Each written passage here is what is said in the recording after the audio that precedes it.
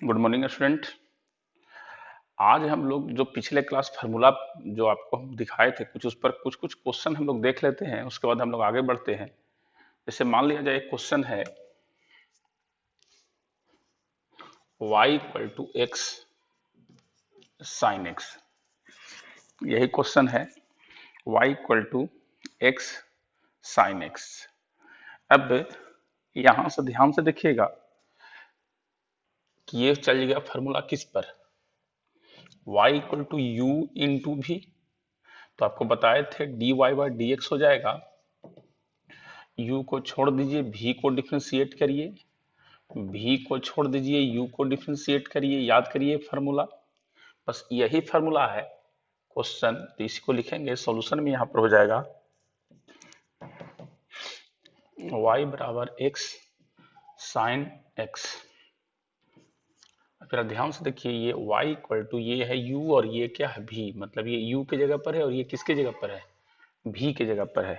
तो यहां से हो जाएगा differentiate both side with respect to x।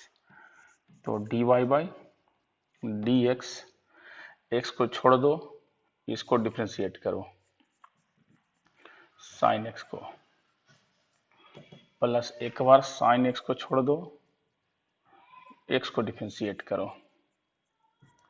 ध्यान से देखिए, यहां से हो जाएगा d y by d x. X sine का होता है कोसेक्स, पिछले क्लास देख लीजिएगा फार्मूला लिखे होंगे। साइन का डिफ्रेंशिएशन एक्स, हम इस तरह से लिखे होंगे y equal to sine x, तो d y by d x equal to cos x. उसके बाद हो जाएगा प्लस यहां से ये साइन एक्स और ये क्या 1, यानी यहां से ये हो गया आंसर। इसी तरह से हम लोग और कुछ क्वेश्चन देख रहे हैं। क्वेश्चन है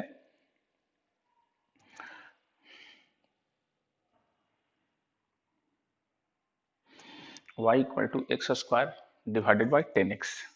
इसको देख लीजिए ध्यान से।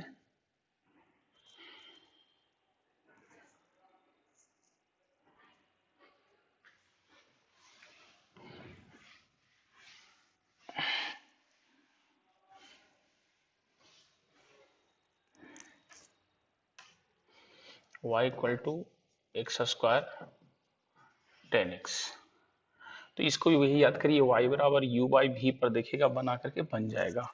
जैसे y बराबर खुद ही हो जाएगा ln x, तो इसका हो जाएगा dy by d x 1 by x answer. ये भी पिछले क्लास फार्मूला में बता दिया गया था। तो इसी तरह से हम लोग डिफ्रेंशिएशन, बाकी मैथमेटिक्स में भी डिफ्रेंशिएशन कुछ बनाने के लिए आपको मौका मिलेगा। हम लोग तब तक फिजिक्स में बहुत ज़्यादा जैसे जैसे हम लोग को बीच में आएगा तो उसका भी हम लोग यूज करेंगे।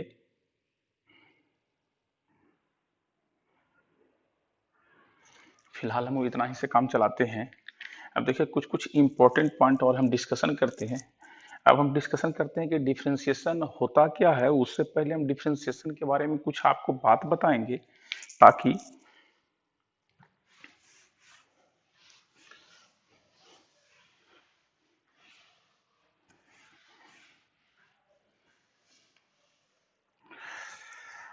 देखिए डिफ्रेंशिएशन जो है वो बोला तो जाता है जैसे कि न्यूटन के द्वारा दिया गया है, लेबनिज के द्वारा दिया गया है, और ऐसा नहीं दिया भी गया है। माने दोनों का अपना अपना क्लेम है कि नहीं, वो इनका क्या नाम है, जैसे जो अभी हम आपको बता रहे हैं कैलकुलस।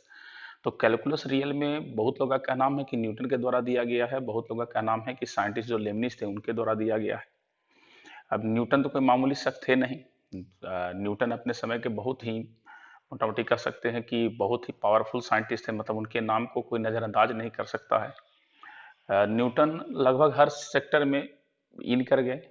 जो कैलकुलस जो दिया गया है ना, बेसिकली वो देखिए मैथमेटिक्स वाले टीचर अपना ढंग से वो d y by d x के निकलवा देंगे, लेकिन फिजिक्स में हमको फिजिक्स जैसा समझाना पड़ेगा कि कैलकुलस होता क्या है। और अभी तक d y by d x जो कर रही है क्या क्या नहीं देता है, ये सब चीज़ को हम लोग समझने का कोशिश करते हैं। तो दोनों का अपना अपना पेपर पब्लिश हुआ, लेबनिज का अलग हुआ, न्यूटन का अलग हो गया दोनों। लेकिन आप अगर जो ढंग से देखिएगा तो कैलकुलस का एक तरह से उपयोग पहले से भी हो रहा था, लेकिन लोग उस तरह से समझ नहीं पा रहे थे। बस हम ये कह सकते हैं कि न्यूटन और लेibniz जो है से क्या किए, उसका थोड़ा एरिया बढ़ा दिए, मतलब वो थोड़ा सोचने का तरीका को विस्तृत कर दिए कि भाई इस तरह से यहाँ लगा सकते हो तो यहाँ भी लगा सकते हो, वहां भी लगा सकते हो, ये देता है, मतलब बड़ा लार्ज एरिया पर उसको क्या किया, अप्लाई करने का तरीका दिए। लेकिन ऐसा नहीं कि जो कैलकुलस किसी को आता ही नहीं था, जो कैलकुलस का जो उन्होंने उपयोग किया वो था नहीं, लेकिन वो था कुछ कैलकुलेशन के बीच में वो आ जाता था, लेकिन लोग नहीं समझ रहे थे कि उसका यूज इतना बड़ा है। तो बस न्यूटन और लेibniz क्या किए कि इन लोग एक बताएं कि नहीं, इसका उपयोग बहुत बड़े एरिया में हो सकता है। और नहीं तो उसका एक आपको हम हल्का सा दिखाएंगे, लॉ ऑफ इनर्शिया, ये सब जो दिया गया है, गैलीलियो का नियम जो है, गैलीलियो जो बताए थे, गैलीलियो ऐसे भी बोला जाता है कि लॉ ऑफ इनर्शिया ही, जड़त्व का नियम ही गैलीलियो का नियम है, लेकिन न्यूटन फर्स्ट लॉ। तो न्यूटन जो फर्स्ट लॉ है वही लॉ ऑफ इनर्शिया है, जड़त्व का नियम। अब देखा जाए तो दोनों सेमे है, तो पहले दिया गया गैलीलियो के द्वारा, उसके बाद दिया गया न्यूटन के द्वारा, लेकिन चूंकि न्यूटन की बात को किसी में नजरअंदाज करने की क्षमता नहीं था, इसलिए गैलीलियो का नियम हल्का हल्का क्या हुआ, विलुप्त तो हो गया। अब न्यूटन का नियम पर ही हम लोग बोलते हैं कि ये न्यूटन फर्स्ट लॉ है। तो सबसे पहले तो आपको हम कुछ बेसिक फंडामेंटल पॉइंट थोड़ा समझाने का कोशिश करते हैं कि कुछ फिजिक्स में बहुत जरूरत पड़ जाता है बार बार, तो उसका हम बात करेंगे कि क्या हो सकता है। जैसे देखिए कि समानुपाती और व्युत्क्रमानुपाती, डायरेक्टली प्रोपोर्शनल और इनवर्सली प्रोपोर्शनल का थोड़ा हम लोग कॉन्सेप्ट समझने का कोशिश करते हैं, उसके बाद हम लोग बात करेंगे। फिजिक्स में देखिए जो डायरेक्टली प्रोपोर्शनल और जो इनवर्सली प्रोपोर्शनल है वो बेसिकली रिसर्च में यूज किया जाता है, नया नया फार्मूला फिजिक्स में खोजा जा सकता है और सब बहुत सा ये सब यूज होता है। जैसे देखिए, मान लिया जाए कि एक हम डायरेक्टली और इनवर्सली के बारे में हल्का सा चर्चा करेंगे कि मान लिया जाए दो अननोन क्वांटिटी है एक्स और वाई, जरा ध्यान से सुनिएगा। दो अननोन क्वांटिटी है एक्स और वाई, दोनों के बीच में हमको रिलेशन निकालना है। देखिए रिलेशन जिसको हम लोग हिंदी में बोलते हैं संबंध, तो रिलेशन आम इंसान में भी होता है, फूफा जी, चाचा जी, नाना जी, ये सब।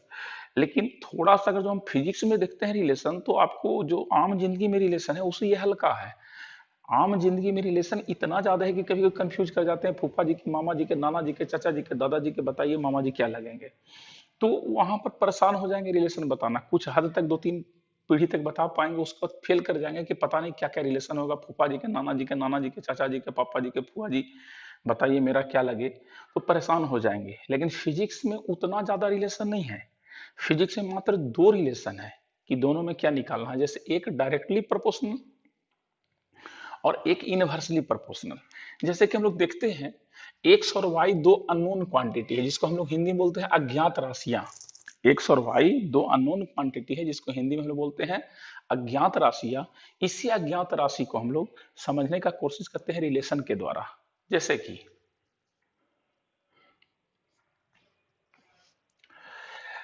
अगर जो x का वैल्यू इंक्रीज करे और y का वैल्यू इंक्रीज करे, तो समझिए दोनों डायरेक्टली प्रोपोर्शनल है। कहने का मतलब है कि x directly proportional to y, जिसको हिंदी में बोलते हैं x समानुपाती है y का। अब क्या बढ़ेगा, नहीं समझ में आ रहा है सर। जैसे मान लिया जाए कि एक सन है और एक फादर है, फादर के पास पैसा बढ़ेगा तो सन का भी पैसा बढ़ेगा, फादर का पैसा घटेगा तो सन का भी पैसा घटेगा। इसका मतलब फादर का मनी बढ़ेगा तो सन का भी बढ़ेगा, फादर का घटेगा तो सन का भी घटेगा, तो इसको बोलेंगे डायरेक्टली प्रोपोर्शनल। मान लिया जाए कि एक्स और वाई में उल्टा रिलेशन है, उल्टा मतलब एक बढ़ेगा दूसरा घटेगा, एक घटेगा दूसरा बढ़ेगा, तो उसको हम लोग किस तरह से दिखाते हैं। तो ध्यान से जरा देखिएगा, x inversely proportional to y, inversely proportional to y, यानी जब बटा करिएगा तो इसको इनवर्सली पढ़ना है आपको, यानी व्युत्क्रमानुपाती होता है, एक्स का व्युत्क्रमानुपाती। इसको और अच्छा से समझाते हैं। मान लिया जाए एक्स और वाई, दो आदमी है, दोनों आपस में दोस्त है, बहुत जिगरी दोस्त है। तो अब बताइए दोनों में किस तरह से दिखाएं, ये दिखाएं कि ये दिखाएं।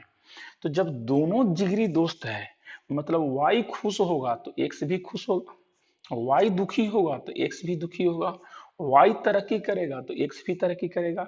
ये अमीर होगा तो इसको भी अमीर बनाएगा। इसका मतलब ये बढ़ेगा तो ये बढ़ेगा, ये बढ़ेगा तो ये बढ़ेगा, और जो दोनों में से एक दूसरे को सपोर्ट नहीं करेगा तो बहुत अच्छा मित्र नहीं हुआ। तो ये बढ़ेगा तो ये बढ़ेगा, ये घटेगा तो ये घटेगा। इसका मतलब जो दोनों इस तरह से होगा तो हम लोग इस तरह से दिखाने का प्रयास करते हैं।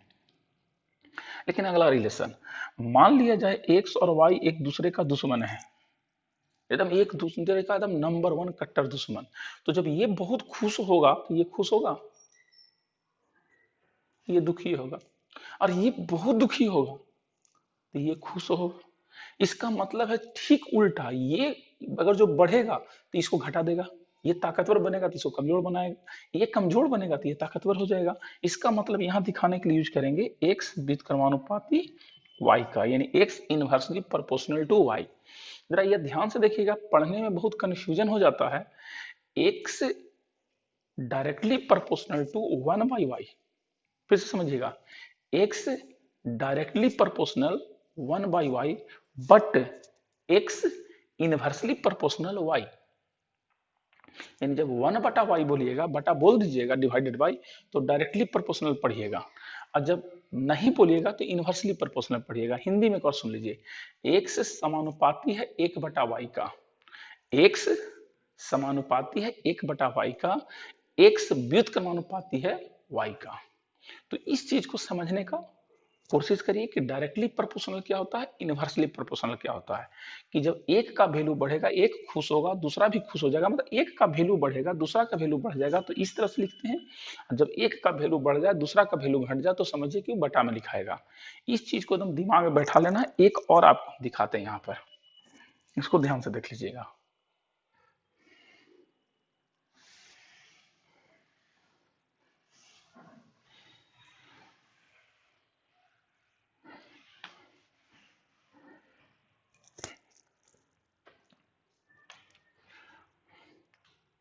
देखिएगा ध्यान से,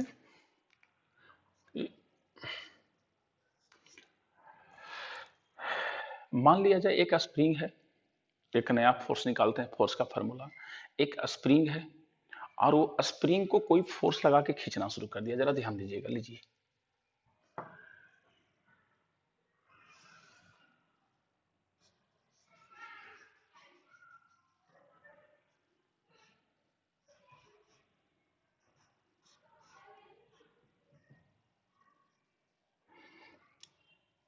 ये फिलहाल अभी न्यूट्रल है, अभी खींचा इसको नहीं गया है। अब जरा ध्यान दीजिए इसको,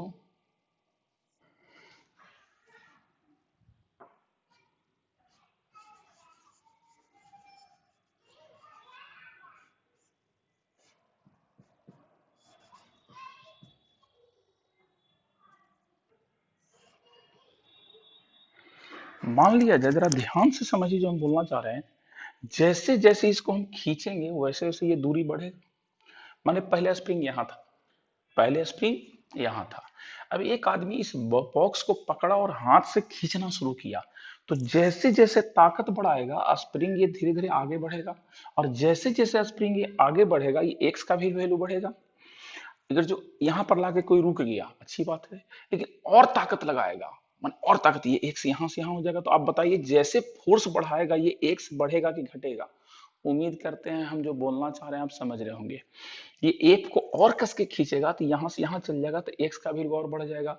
मतलब एक चीज क्लियर है फिजिक्स में यहाँ पर जो हम लोग समझाने का कोशिश कर रहे हैं, कि जैसे जैसे वो फोर्स बढ़ेगा ये बॉक्स आगे टनाएगा, जैसे जैसे ये आगे जाएगा ये एक्स भी बढ़ेगा। मतलब F directly proportional to x, यानी फोर्स बढ़ाएंगे तो एक्स बढ़ेगा, फोर्स घटाएंगे तो एक्स घटेगा। कहने का मतलब है कि जैसे जैसे कोई स्प्रिंग को हम पकड़े और ये ताकत लगा रहे हैं, जैसे जैसे ताकत बढ़ाएंगे वैसे वैसे क्या होगा, बढ़ेगा।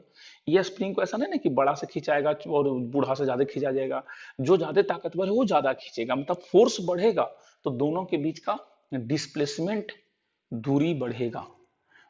फोर्स घटेगा, जैसे जैसे छोड़ेंगे धीरे धीरे सिकुड़ना शुरू करेगा। धीरे धीरे क्या होगा, रबड़ को छोड़ना शुरू करते हैं, धीरे धीरे रबड़ सिकुड़ जाता है, तो एक्स भी क्या होगा, घटेगा। अब देखिए यहां तक कोई दिक्कत नहीं, इसके बाद जरा देखिएगा जहां यहां से हटाएंगे तो एक कांस्टेंट के होता है, के एक्स। अब एक बड़ा टेंशन है, सर ये के क्यों दिए। देखिए कुछ चीज ऐसा होता है, मैंने एक चीज क्लियर हो गया कि जो ज्यादा खींचेगा उसके पास ज्यादा ताकत है। और जो कम खींचेगा उसके पास कम ताकत है। ध्यान से सुनिए जो हम बोलना चाह रहे हैं से, जो ज्यादा खींचेगा उसके पास ज्यादा ताकत है, जो कम खींचेगा उसके पास कम ताकत है।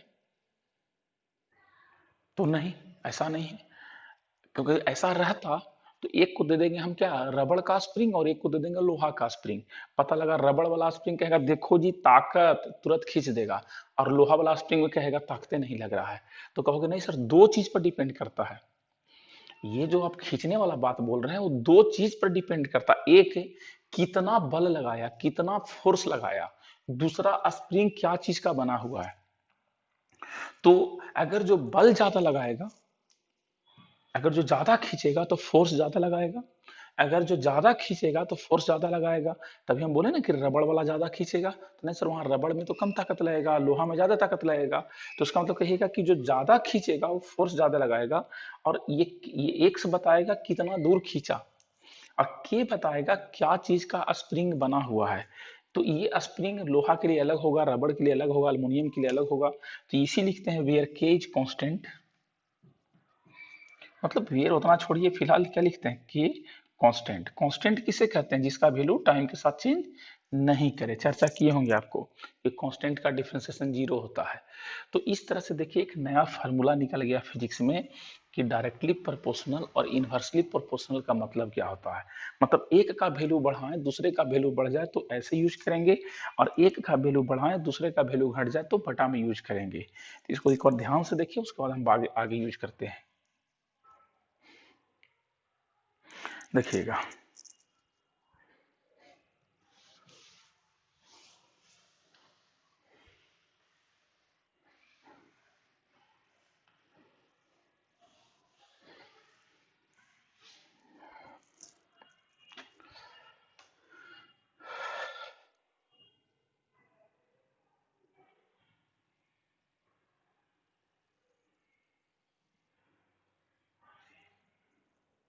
देखिएगा। तो सबसे पहले हम लोग समझते हैं कि डिफरेंशिएशन का यूज जो हम लोग किए d y by d x से, अभी जो बोले कि कुछ ऐसा भी फिजिक्स में घटना था जिसमें ऑलरेडी डिफरेंशिएशन का यूज हुआ, लेकिन लोगों को पता नहीं लगा कि डिफरेंशिएशन वो है, और उसका इतना बड़ा। गैलीलियो का एक एक्सपेरिमेंट की हम डिस्कशन करते हैं। गैलीलियो का एक्सपेरिमेंट क्या है जरा उसकी हम बात कर लेते हैं ढंग से कि गैलीलियो का एक्सपेरिमेंट क्या है। गैलीलियो एक एक्सपेरिमेंट किए, देखे क्या कि देखिए उस समय तो कोई डिवाइस था नहीं, उस तरह कोई टाइम मशीन था नहीं, घड़ी था नहीं जो कि उस तरह से मेजर करे, वो कुछ था आपको देखते होंगे इस तरह का पहले यंत्र बना हुआ था।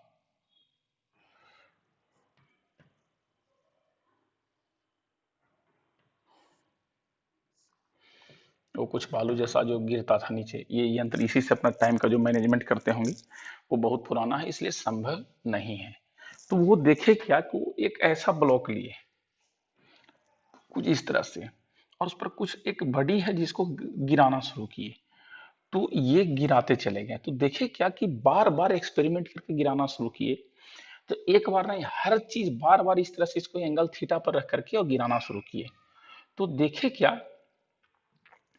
कि जो एक सेकंड में मान लिया जाए 1 मीटर गया, तो अगला एक सेकंड में 3 मीटर गया, उसका अगला एक सेकंड में 5 मीटर गया, उसका अगला एक सेकंड में 7 मीटर गया।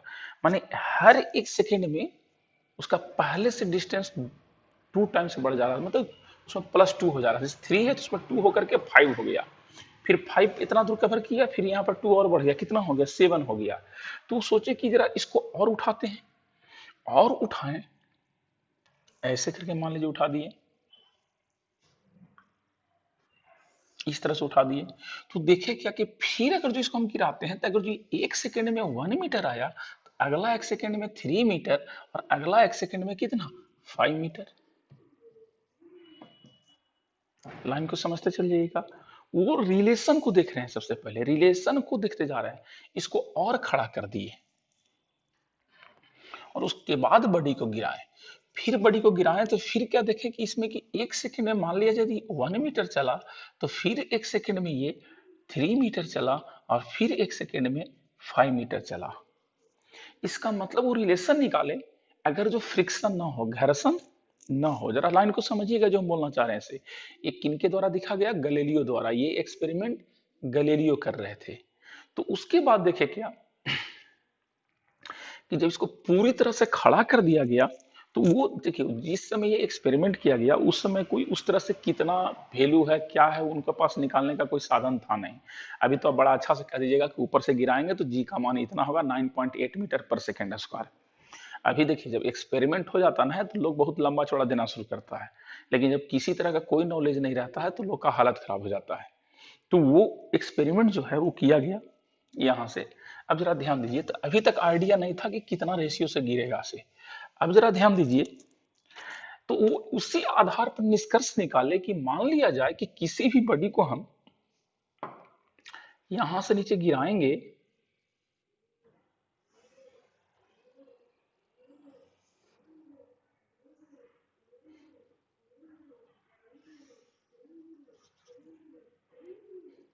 तो निश्चित है कि ये मान लीजिए ए से शुरू किया, 1 सेकेंड में चला होगा यहां से यहां कितना, 1 मीटर।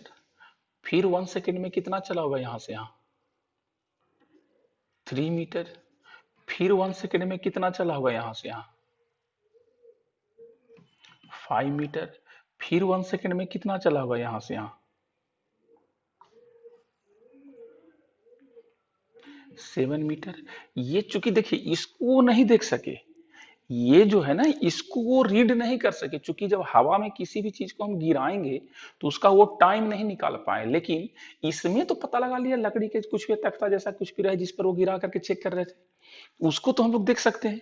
तो उस आधार पर ये निकाले कि ये 1 सेकेंड में चला 1 मीटर, फिर अगला 1 सेकेंड में चला 3 मीटर, फिर अगला 1 सेकेंड में चला 5 मीटर, फिर अगला 1 सेकेंड में चला टोटल कितना, 7 मीटर। तो इससे जरा ध्यान से देखिए एक चीज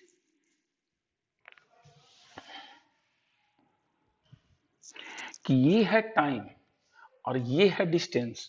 तो इससे जरा ध्यान दिए, 1 सेकेंड में कितना चला, ये टी है और ये एक्स है, तो कितना, 1 मीटर। जरा ध्यान दीजिएगा, चार्ट देखिएगा, 1 सेकेंड में चला 1 मीटर, और 1 सेकेंड ये और 1 सेकेंड ये। 1 सेकेंड देखिए यहां से यहां 1 सेकेंड और यहां से यहां 1 सेकेंड, ये A B C D E मान लेते हैं। तो निश्चित है कि ए से, ए तो है ही वहां, ये बी और ये सी, हाँ, A B C D E. तो ए से बी चला 1 सेकेंड में 1 मीटर, और ए से सी चला 1 सेकेंड और 1 सेकेंड। देखिए ए से सी में हुआ क्या, ये वाला n सेकेंड और वो वाला 1 सेकेंड, टोटल कितना सेकेंड हो गया, 2 सेकेंड। 2 सेकेंड में कितना चला, 1 मीटर, और 3 मीटर कितना, 4 मीटर। अब जरा ध्यान से देखिएगा, अगला फिर 1 सेकेंड में कितना चला, तो ये 1 सेकेंड में चला 1 मीटर, फिर अगला 1 सेकेंड में चला 3 मीटर, फिर अगला 1 सेकेंड में चला 5 मीटर। तो टोटल 3 सेकेंड में कितना चल गया, तो 1 मीटर प्लस 3 मीटर, 3 और 1 4 मीटर, और 5 मीटर कितना, 9 मीटर। 9 मीटर चला, ध्यान दीजिएगा। अब ये 1 सेकेंड यहाँ, 1 सेकेंड यहाँ, 1 सेकेंड यहाँ और 1 सेकेंड यहाँ, टोटल 4 सेकेंड। तो 4 सेकेंड में कितना चला, 4 सेकेंड में चला 1 मीटर और 3 मीटर, 4 मीटर, और 4 मीटर और 5 मीटर, 9 मीटर, और 7 मीटर कितना, 16 मीटर। एक चीज यदि आप ध्यान से देखिए, तो यहाँ पर ध्यान से देखिए, तो इसी को जरा ध्यान से देखिए, तो ये चला 1 का स्क्वायर, ये चला 2 का स्क्वायर, ये चला 3 का स्क्वायर, और ये चला 4 का स्क्वायर। अब एक चीज ध्यान दीजिए, ये यानी कि ये क्या है, ये डिस्टेंस है, और ये सब क्या है, 1 का स्क्वायर, ये सब स्क्वायर। इसका मतलब एक चीज क्लियर हो गया कि जो डिस्टेंस होता है वो टाइम का स्क्वायर होता है। देखिए टाइम कितना है, 2, यहाँ t बराबर t है, t equal to 1 second, t equal to 2 second, t equal to 3 second, t equal to 4 second. तो आप जरा वॉच करिए, 1 सेकेंड में चला 1 का स्क्वायर, 2 सेकेंड में चला 2 का स्क्वायर, 3 सेकेंड में चला 3 का स्क्वायर, 4 सेकेंड में चला 4 का स्क्वायर। मतलब एक चीज और क्लियर है, जैसे जैसे टाइम बढ़ रहा है डिस्टेंस भी बढ़ रहा है। फिर से समझिए जो बोलना चाह रहे हैं, इससे जैसे जैसे टाइम बढ़ रहा है उस तरह से डिस्टेंस भी बढ़ रहा है। मतलब एक चीज क्लियर है, बढ़ेगा तो बढ़ेगा, घटेगा तो घटेगा। जरा याद करिए, तो अभी हम क्या याद करवाए थे कि जब एक का वैल्यू बढ़े और दूसरे का भी वैल्यू बढ़े तो क्या लिखेंगे, डायरेक्टली प्रोपोर्शनल, समानुपाती। तो एक चीज क्लियर है कि यदि ये एक्स का वैल्यू है, ये एक्स का वैल्यू है और ये टाइम का वैल्यू है, तो यहां से टोटल से हमको निष्कर्ष क्या निकल गया कि x directly proportional to t square. मतलब एक चीज है, जैसे जैसे टाइम बढ़ेगा वैसे वैसे एक्स बढ़ेगा, और वो बढ़ेगा भी कैसे था, स्क्वायर के रूप में। माने बढ़ेगा भी तो किस तरह से, स्क्वायर के रूप में। तो ये चीज जरा ध्यान दीजिएगा। अब यहां से यदि इसको हम हटाते हैं तो x इक्वल टू एक कांस्टेंट देते हैं सी टी स्क्वायर। अब c क्या है वो चर्चा करेंगे हम लोग। c अभी चर्चा किए थे कांस्टेंट के बारे में कि c एक क्या है, कांस्टेंट है। कुछ भी c है, जो हवा कितना रोकता है, ये क्या रोकता है, ये कांस्टेंट का मतलब। एक चीज पता लग गया हम लोग को कि जब किसी भी चीज को हम लोग ऊपर से गिराते हैं तो जो उसमें जो रिगुलेशन निकलता है कि जैसे जैसे एक सेकेंड का में कितना डिस्टेंस करेगा, तो 1 का स्क्वायर 1 मीटर, 2 सेकेंड में तो 2 का आगे को बोल देगा 6 सेकेंड में कितना डिस्टेंस ट्रेवल करेगा। तो दिमाग लगाइए 6 सेकेंड में, तो 6 का होल स्क्वायर 36 यानी 36 मीटर। तो यहां से एक रिलेशन बुला दिए कि देखिए इस तरह से फॉलो करता है। इसको एक बार ध्यान से देखिए, उसके बाद इसको हम मिटाते हैं।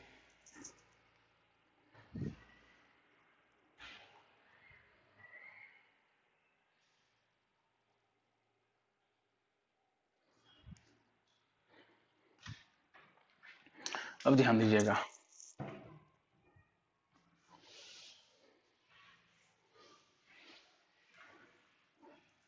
मतलब एक चीज समझ में हम लोग को आ गया कि एक्स जो डिस्टेंस है वो इक्वल टू है सी टी स्क्वायर इक्वेशन 1। चलिए अब हम लोग इसी में एक और रिलेशन यहां से निकालने का कोशिश, ये उम्मीद करते हैं आप लोग समझ गए होंगे। अब इसको मिटा करके एक चीज हम बताने का कोशिश करते हैं।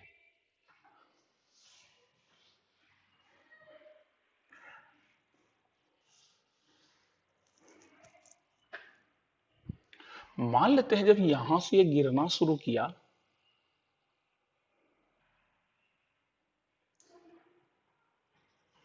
ए से कोई भी चीज गिरना शुरू किया, मान लेते हैं कि यहां पर आने के बाद जब इसका टाइम टी था तो यहां से यहां तक डिस्टेंस कितना हो गया,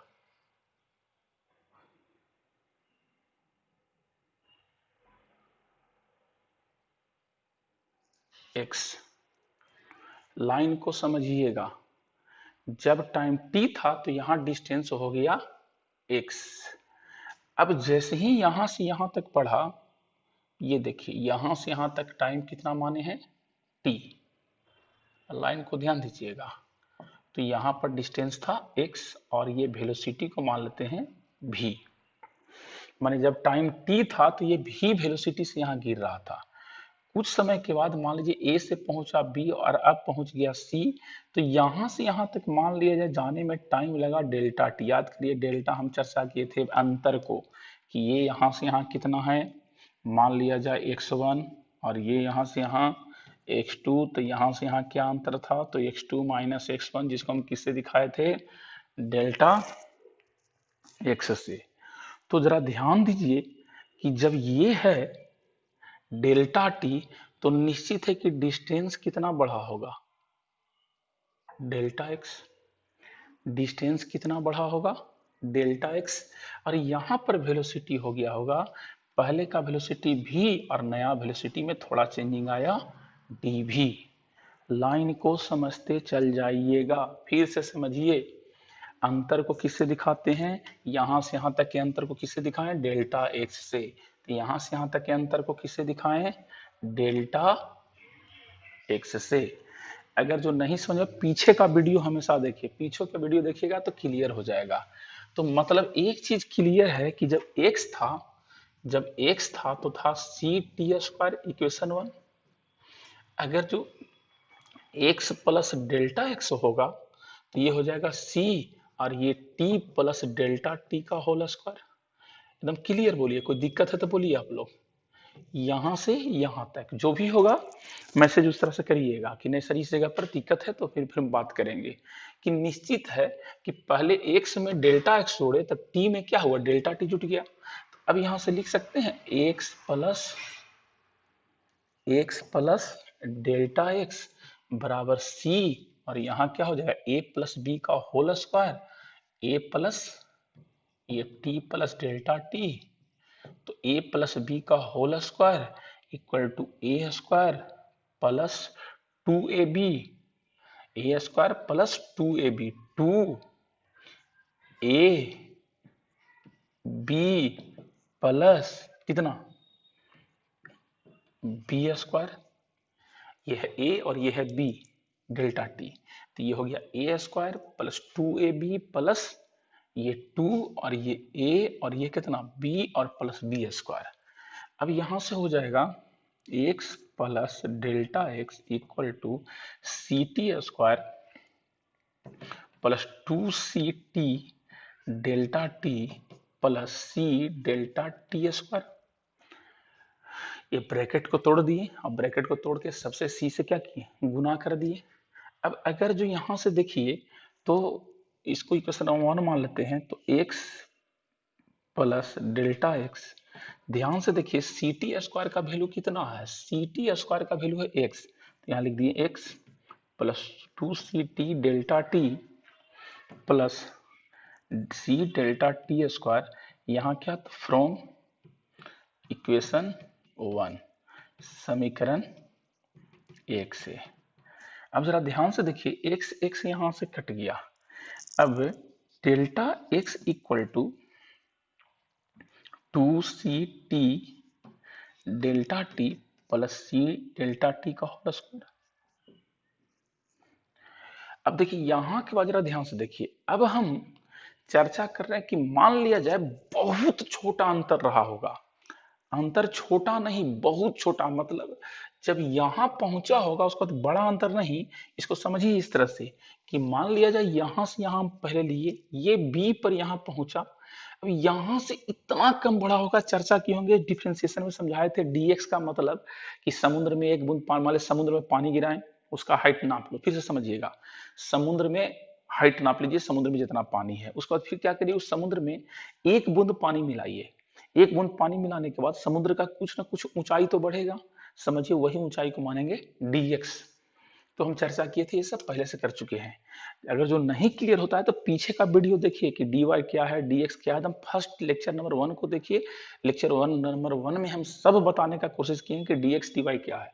कि ये जो है यहाँ पर मान लीजिए जब b है एकदम थोड़ा सा यहाँ पर जो है हल्का सा एकदम बढ़ा होगा, इतना छोटा कि एकदम छोटा सा अंतर हुआ होगा कितना डी dx, जब कितना टाइम में बहुत छोटा अंतर रहा होगा कितना dt, माने लगभग जीरो के आसपास, माने जीरो क्यों होगा, फिर सो जीरो नहीं कर सकते हैं। अब समझिए ना कि शिवगंगे में या तुम्हारा एक बाल्टी पानी में एक बूंद पानी मिलाएंगे तो कितना हाइट बढ़ेगा, तो सर लगभग मान के चलिए कि नहीं बढ़ा। फिर से समझिएगा, एक बाल्टी में पानी भर दीजिए,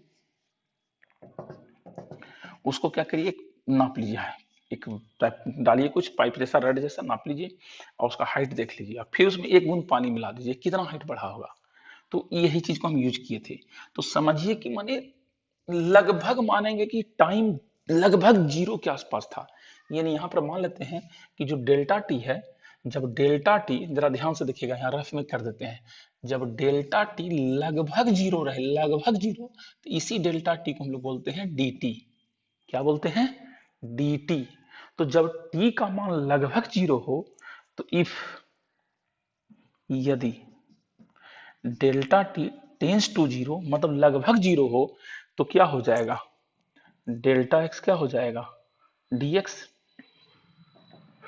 dx कोई दिक्कत।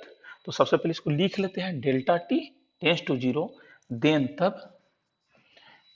तब क्या हो जाएगा यहां से डेल्टा x बराबर 2ct डेल्टा टी प्लस सी, और ये लगभग जीरो होगा तो जीरो का whole square equal to zero.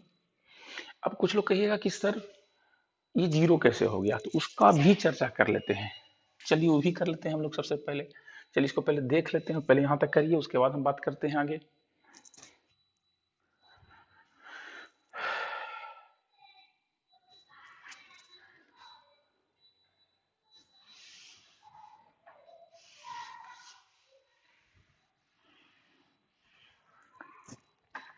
तो देन तब delta t equal to d t, और ये delta t equal to d t और d x delta x delta x equal to d x. Hence अतः क्या हो जाएगा यहां से, dx equal to 2c t dt plus c dt का होल स्क्वायर। समझिएगा यहां तक।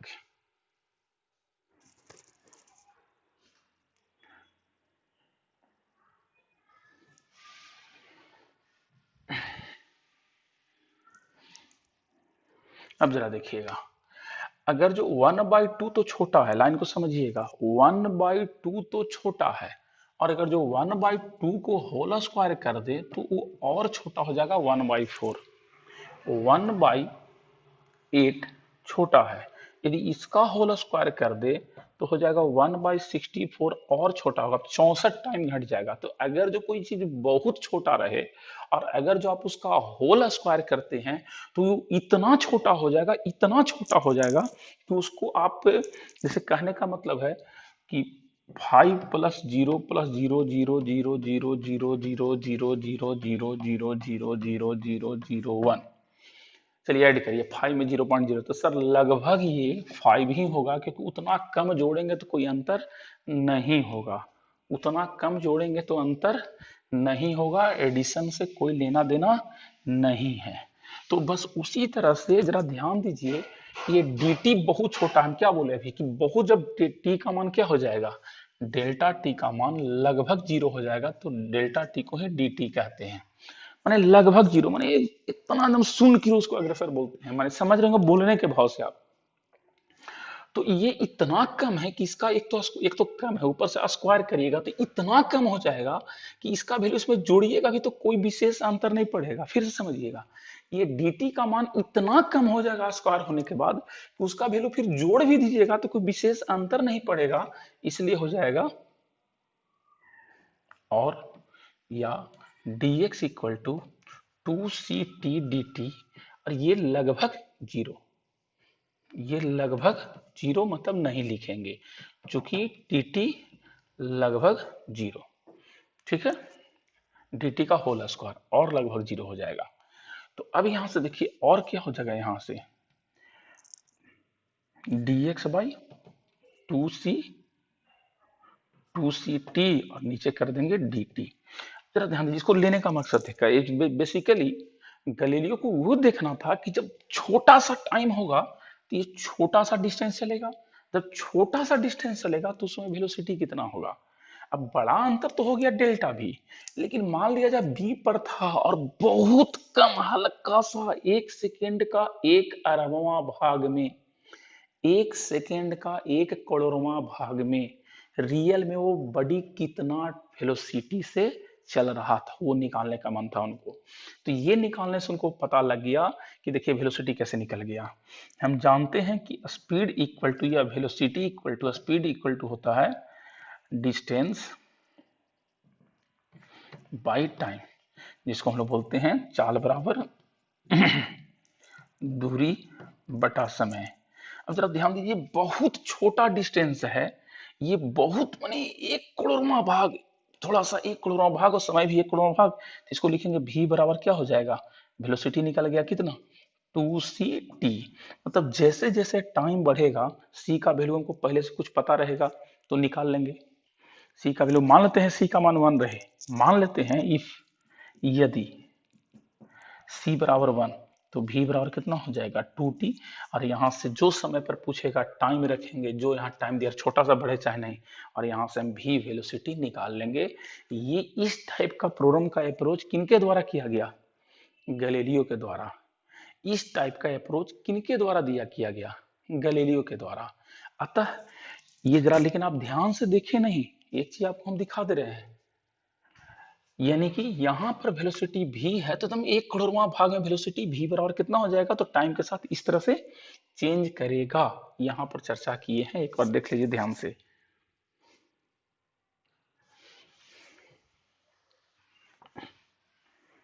तो डिफ्रेंसिएशन का यूज हुआ, आप ध्यान दीजिए, अगर जो हम यहां से लेते हैं x equal to c t square और लिखेंगे differentiate both side with respect to t, time है तो टी, तो dx बाई डी टी बराबर, याद करो इसको और इसको दोनों को मल्टीप्लाई करना था, 2 इंटू सी, 2c, और ये फिर ये घटा के लिख दो, टी में 2 - 1, 2 - 1 क्या होता है 1, और 1 लिखते नहीं है।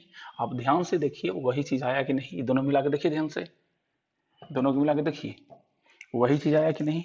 मतलब अभी जो हम किए सब ध्यान दिए होंगे, हम फिजिक्स से, मैथमेटिक्स में जैसे करना हो करिएगा, हम फिजिक्स से फार्मूला प्रूफ कर दिए कि फार्मूला का मतलब क्या होता है। अगर जो सी का मान नहीं रहे, सी का मान 1 रहे, तो देखिए ये आएगा कैसे, हम x बराबर लिख दिए टी स्क्वायर, सी नहीं लिए, तो differentiate both side with respect to time, तो क्या दिखाई दिया, तो बोलेगा पहले क्या लिखेंगे dx बाई डी टी, क्या दिखाई दिया, तो 2 दिखाई दिया, अब क्या दिखाई दिया, तो एक घटा के लिख दो, देखिए सेम है, यही है v का मान dx बाई डी टी होता है, देख लीजिए यहां से जो लिखे हैं। इसका मतलब है कि ये जो फार्मूला है, ऐसा नहीं कि जो न्यूटन के द्वारा जो दिया गया ये सब फार्मूला, ये फार्मूला न्यूटन के द्वारा जो दिया गया, तो ऐसा नहीं कि पहले ये फार्मूला नहीं था, पहले से भी ये फार्मूला उपस्थित था। देखिए कैलकुलेशन के बीच में आया कि नहीं, कैलकुलेशन के बीच में पहले भी ये फार्मूला उपयोगी था, लेकिन गैलीलियो ये नहीं बताएं कि ये फार्मूला का बहुत बड़ा उपयोग है। इसी फार्मूला को लेकर के न्यूटन और लेबनिज जो है वो बता दिए कि इस फार्मूला का बहुत बड़ा इफेक्ट है, बहुत बड़ा प्रयोग है, और इस तरह से हम लोग इस फार्मूला को समझ गए कि किस तरह से होगा। इसको एक बार ध्यान से देखिए, बात करते हैं।